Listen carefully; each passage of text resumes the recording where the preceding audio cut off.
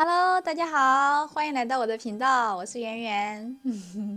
旁边正在舔毛的是我的小可爱波妞，波妞，给大家打个招呼，尾巴摇一摇，摇摇你的小尾巴。哎，为了提高我的英语水平呢，我就制定了一个计划，每天和我的波妞一起用英文朗读一页《傲慢与偏见》。今天我们要读第21页了，那我们就开始吧。Yes, this is for evenings have enabled them to ascertain that they both like venting better than commerce, but with respect to any other leading characteristic, I do not imagine that much has been unfolded. Well, said Charlotte, I wish Jane successful with all my heart, and if she were married to him now, tomorrow, I should think she had as good a chance of happiness as if she were to be studying his character for a 12 months. Happiness in marriage is entirely a matter of chance. If the disposition of the parties are ever so well known to each other, or ever so similar beforehand, it does not advance their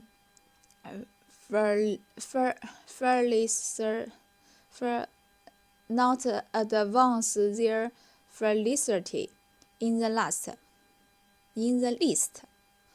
哦天哪，这句话读的不行，重来。Or ever so similar beforehand, it does not advance their felicity.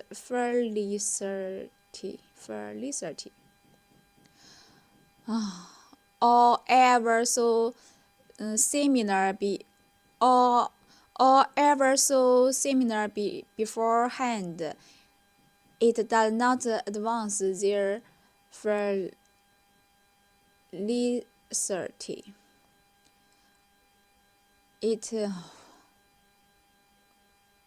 Or ever so similar beforehand, it does not advance their felicity in the least.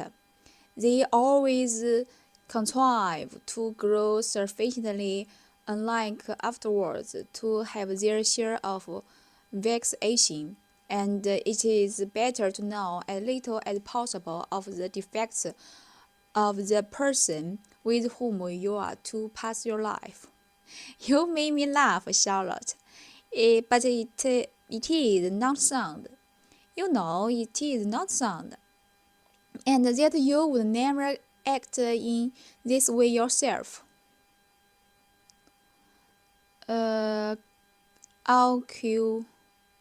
Occupied in observing Miss Bingley's attention to her sister, Elizabeth was far from suspecting that she was herself becoming an object of some interest in the eyes of his friend. Mr. Darcy had at first scarcely allowed her to be pretty. He had looked at her without admiration at the ball, and when they next met, he looked at her only to criticize. But no sooner had he made it clear to himself and his friends that she had hardly a good feature in her face, then he began to find was rendered uncommonly intelligent by the beautiful expression of her dark eyes.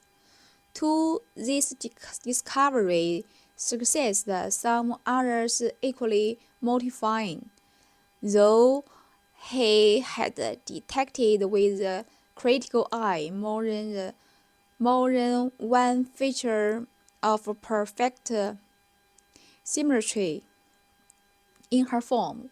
He was forced to acknowledge her feature to be light and pleasing, and in spite of his asserting that her manners were not those of the fashionable world,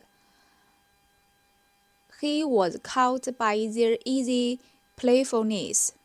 Of this, she was perfectly unaware. To her, he was only the man who made himself agreeable nowhere, and who had not thought her handsome enough to dance with. He began to wish no more of her. 这里面有一句话我特别喜欢，就是夏洛特说的 Happiness in marriage is entirely a matter of chance. 这句话放在现在简直就是真理啊！一个幸福的婚姻是需要运气的。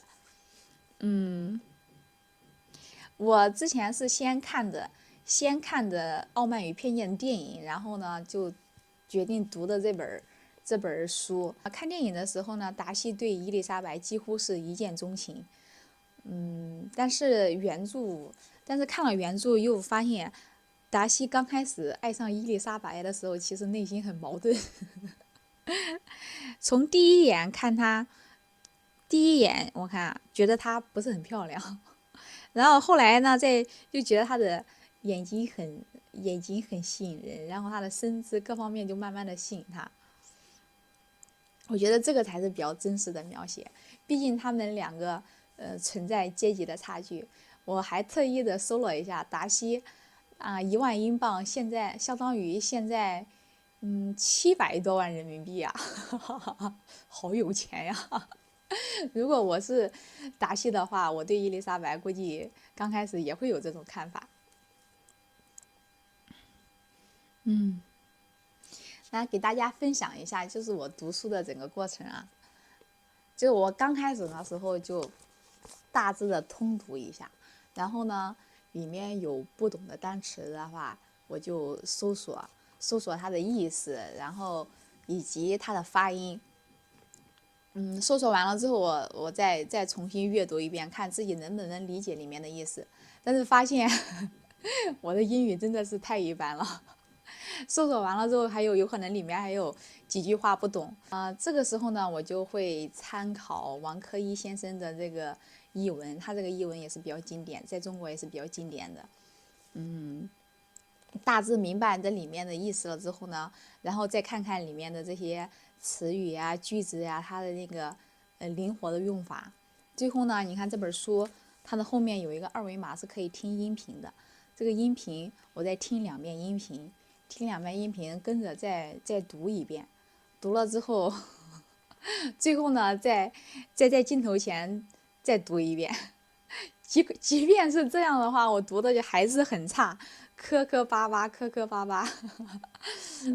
不过好在有波妞陪着我，他陪着我的话，我出错或者是尴尬的话，我都觉得还好哎。